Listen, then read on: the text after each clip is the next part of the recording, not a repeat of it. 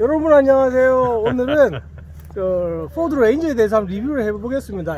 포드 레인저를 소유하고 계시는 케빈이라고 합니다. 네, 저희 네. 네발로 신입 회원이고요. 케빈 씨랑 포드 레인저에 대해서 한번 이야기를 나눠보겠습니다.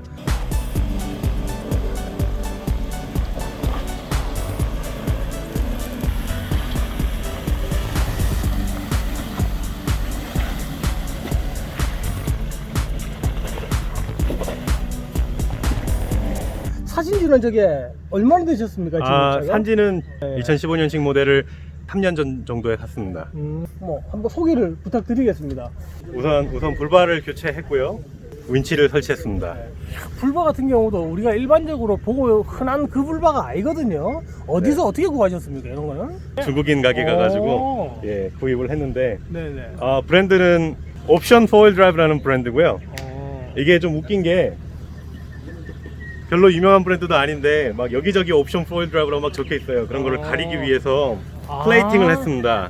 그럼 여기에 일부러 보면은 잘라준 거예요 그러면? 옵션 포일 드라이브라고 여기 저기 인그레이브가 돼 있는데 그걸 가리기 위해서 스테인리스 스틸 펜더를 잘라가지고 붙였어요. 예. 가리려고 해놓은 거 치고 너무 멋있는데요? 예, 감사합니다. 그리고 킹스 스포트라이트 그리고 킹스 윈치가 설치되어 있고요. 네네. 6.6dB 안테나가 설치되어 있습니다. 그럼 여기도 보면 이 멋으로 뚫어놓은 겁니까? 뭡니까 저게? 이게 오일 쿨러 인테이크인데요. 예예. 포드 레인저는 그 트랜스미션이 굉장히 약해요. 오버히트 됐을 경우에 밸브 씰이 녹아가지고 작동이 잘 안 되는 경우, 그리고 심한 경우에는 트랜스미션을 교체해야 되는 상황이 많이 발생하기 때문에 오일 쿨러를 미리 설치를 하셔서 이렇게 하시는 경우가 많습니다. 특히나 토잉 같은 걸 많이 한다든지 오프로드 드라이빙을 할 경우에는 오일 쿨러는 필수예요. 그래서 보통 이 안쪽 인터쿨러 앞이나 아니면은 컨덴서 앞에다가 설치를 하는 게 일반적인데, 저 같은 경우에는 돌이 튀기거나 하는 것도 방지를 하고, 또 돌 튀는 것보다 멋있는 것 같아요. 그리고 좀 더 시원한 바람을 많이 집어넣게 하기 위해서 본넷 위에다 구멍을 뚫어가지고 안에다가 오일 쿨러를 설치했습니다.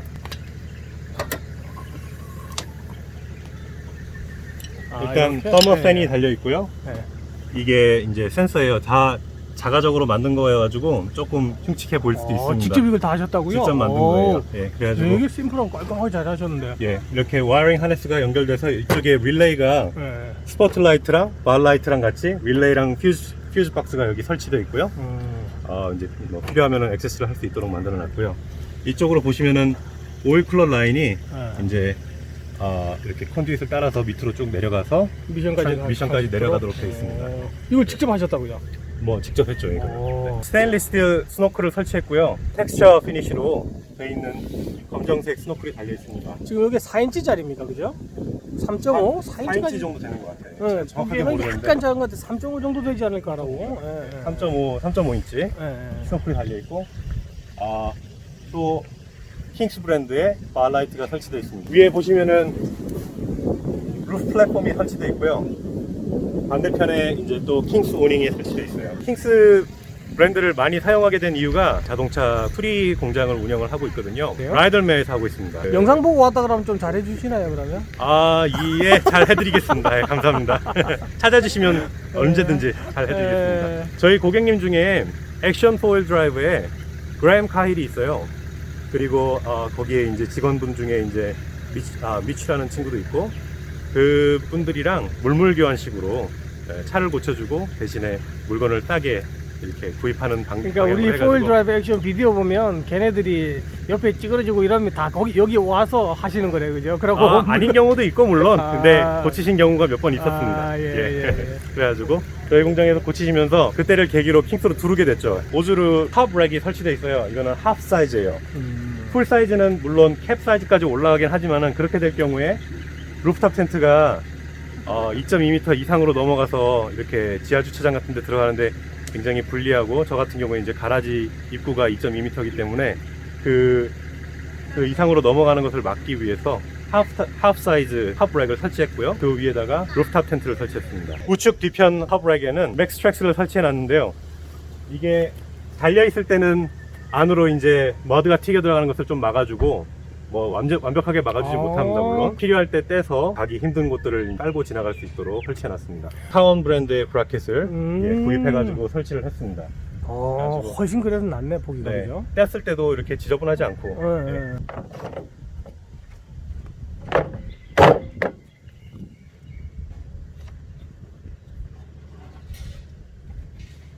타이어는 BF Goodrich All Terrain으로 설치를 했고요. 사이즈는 31인치가 조금 넘습니다. 그리고 이제 랜서 휠을 설치를 했어요. 그러면 31인치짜리를 설치한 이유라든지 뭐 그런 게 있을까요? 아니면 뭐 33이나 큰 걸 안 가는 이유가? 예, 우선 큰 게 옵션으로 있다는 것은 알고 있었는데 턱 상태에서 너무 많이 업그레이드를 할 경우에 갑자기 많이 변화가 될 경우에 출력이 떨어진다든지 드라이브 터레인에 이제 무리가 가는 그런 상황을 막기 위해서 너무 많은 사이즈 업을 하지 않았습니다. 원래 사이즈에서 1인치 정도 올린 것 같아요. 쇼바는 이제 2인치 업을 했고요. 뒤에는 판 스프링이 달려 있는데 따로 업그레이드 하지 않고 그냥 블럭을 넣어서 높이만 올렸습니다. 이렇게 할 경우에 저 같은 경우에는 사용하지 않을 때는 텁을 분리를 해놓아요. 텁렉을 분리를 해놓으면 컴포트에서 많이 디스어드밴티지가 발생하기 때문에 저는 업그레이드를 하지 않고 소프트한 걸 그대로 사용하고 있습니다. 앞 서스펜션은 로빈슨에서 헤비듀티 서스펜션으로 교체를 했고요. 그 이유는 앞에 불바랑 이제 윈치의 무게가 좀 나가기 때문에 헤비듀티를 사용하지 않을 경우에 앞이 많이 주저앉고 오프로드를 주행할 적에 풀 아티큘레이션을 사용하게 되는 경우가 굉장히 많습니다. 이제 그것을 방지하기 위해서 스프링 로드를 한 100kg 정도 높였습니다. 이 안쪽에 이제 세컨 배터리, 옥실러리 배터리가 설치가 되어 있고요. 네네. 이 벽으로 보시면은 앤더슨 파워포인트가 2개가 있고 그리고 일반 터보 소켓이 하나가 있어요. 모든 전기 장치는 이제 탑 아래쪽으로 숨겨져 있기 때문에 밖에서 보이는 것은 이게 다고요. 깔끔하게. 이제 아래쪽으로 내려가서 보시면은 방수 처리가 된 일렉트리컬 박스가 있어요. 여기 보시면은 이제 볼트메타랑 퓨즈 박스, DC to DC 차저가 안에 있습니다. 완전히 방수가 되어 있기 때문에 타이어에서 튀기는 머드라든지 물이 안에 들어가지 않도록 잘 되어 있고요. 우측 뒤편에 그 서랍 옆쪽에 보시면은 컴프레서를 설치가 되어 있어요. 호스 길이가 8m여서 네네. 모든 타이어로 다 한 번에 갈 수 있어요. 1400mm 서랍이 설치가 되어 있고 이게 사실 방수가 안 되는 서랍이에요. 타이탄 브랜드 서랍이. 그렇죠. 타이탄 브랜드가 방수가 안 되는 서랍이에요. 그래서 일반 유트에 설치할 경우에는 캐노피를 설치를 하시는데 저 같은 경우에는 이제 캐노피를 설치를 해버리면 다른 용도로 사용할 수가 없다는 것을 그렇죠. 생각을 해보다가 그 위에 이제 커스텀으로 알루미늄 판넬을 잘라가지고 3mm짜리예요. 네, 3mm짜리가 좀 얇았던 것 같아요. 여기에 물통을 올려놓으니까 좀 찌그러졌어요. 네. 그래가지고 이거 같은 경우에 이제 리인포스먼트를 안쪽에다가 넣을 생각입니다. 원피스다 보니까는 물이 떨어져도 바깥쪽으로 떨어져서 서랍 안으로는 더 이상 물이 들어가지 않아요. 이거 같은 경우에는 이제 두 군데 브랜드에서 같은 거를 만든다. 이거는 오즈루 브랜드인데 케인토드 브랜드라는 또 비슷한 브랜드가 있어요. 중국에 있는 공장은 같은데 이제 브랜드만 다르게 해가지고 파는 것 같더라고요. 똑같아요, 정말로. 이게 탑 렉이다 보니까는 트레이 쪽으로 비가 들어온다는 그런 단점이 있어요. 그래서 그런 단점을 커버하기 위해서 이런 아이디어를 생각하고 했지만은 지금 보시다시피 제 옷가방이 완전히 흠뻑 젖었어요. 오늘 어제 비가 와서 오는 길에 이제 비도 맞고 뭐 이제 그 머드퍼들 같은 데 지나가면서 물도 튀고 그렇죠. 흠뻑 젖어버렸어요. 예. 그런 거는 이제 좀 어떻게 좀 생각해 볼 부분이 있는 것 같습니다. 그러네. 100%는 또 안 된다 그죠? 만족을. 예, 물론 그렇죠. 예. 이쪽에 보시면 2채널 블랙박스가 있고요. 아직 보여드리지 않았는데 2채널 블랙박스에 뒷카메라가 트레이에 달려 있어요. 탑렉을 띄어냈을 때도 선을 따로 옮길 필요 없이 바로 이제 사용할 수 있도록 그렇게 해놨는데 유닛은 UH5060 라디오 트랜시버죠. 엔진 ECU 스캐너, 예, 엔진 다타 스캐너를 이제 앞에다 설치해서 항상 엔진의 상태를 체크하고 있습니다. 간혹 가다가 이 차가 문제가 있는 게 모든 레인저가 그래요. 센서는 그렇게 좋지가 않은데 그 ECU의 에러는 체크 엔진 라이트가 필요 없이 자주 뜨는 편이에요. 이 차가? 네네. 그래가지고 체크 엔진 라이트가 자주 뜨는 차여서 체크 엔진 라이트가 뜨면은 무슨 문제인지 확인을 하고 문제가 있는 거면은 정말로 고쳐야 되겠지만은 일반적으로는 그냥 코드 딜리트를 하고 그냥 계속 타는 편입니다. 모터 6단입니다. 근래에 나온 레인저는 10단까지 있어요. 2리터 트윈 터보에 파워도 더 좋다고 하는데 저는 개인적으로 선택을 안 하게 될 것 같아요. 그런데 이제 지금 이 차는 6스피드 오토매틱이 3.2리터 디젤 터보에 설치가 돼 있고요. 왜 2015년식을 선택을 하셨습니까? 뭐 특별한 이유가 있나요? 아니면? 예, 제가 이 차를 2018년도에 2015년 모델을 구입했습니다. 그 이유가 2015년 이후부터죠. 예, DPF를 설치하게 됐어요. 매니팩처러에서 기본적으로 DPF를 설치했어요. 차에 문제도 많고 장거리 주행을 하지 않는 사람들에게는 DPF가 있으면 이게 쥐약이거든요. 그래서 DPF가 없는 차 중에서 아답티브 크루즈 컨트롤이 있어서 장거리 주행 시에 패티그도 이제 줄일 수 있는 그런 모델을 찾다 보니까는 2015년이 가장 레이티스트 모델이었어요. 그래가지고 그때 당시에 2015년 모델을 선택하게 됐습니다. DPF는 시내 주행을 많이 하는 사람들에게는 굉장히 불편한 장치입니다. 좀 시내 주행이 아무래도 좀 많다라고 할 때는 차라리 이제 일부러라도 DPF 없는 거를 선택을 하는 것도 좋은 아이디어 중에 하나입니다. 어떠세요? 예, 그렇게 생각하고 저는 이제 2015년 이전 모델을 구입하게 된 겁니다. 그럼 지금까지 타시면서 이 차의 최고의 장점, 누군가가 포드 레인저를 관심 두고 있는 사람들한테 야 이건 진짜 포드 레인저가 좋다라는 장점이 뭐가 있을까요? 우선적으로 이 차가 호주에서 디자인됐고 호주의 터레인에 맞춰져서 디자인된 차기 때문에 아무래도 다른 차들에 비해서 훨씬 더 주행 능력이 좋다고 저는 생각을 합니다, 개인적으로. 그래 우리가 테스트를 해보니까 하일럭스보다는 이게 훨씬 더 험로를 잘 타고 올라가더라고요. 어떻게 생각하세요? 저는 개인적으로 하일럭스를 오프로드로 이제 이용해 본 적이 없기 때문에 어떻다고 이렇게 말씀드리기는 어렵지만은 제 개인적인 소견으로서는 오스트레일리안 인바이러먼트에는 아무래도 레인저가 더 맞지 않을까 그렇게 생각을 합니다.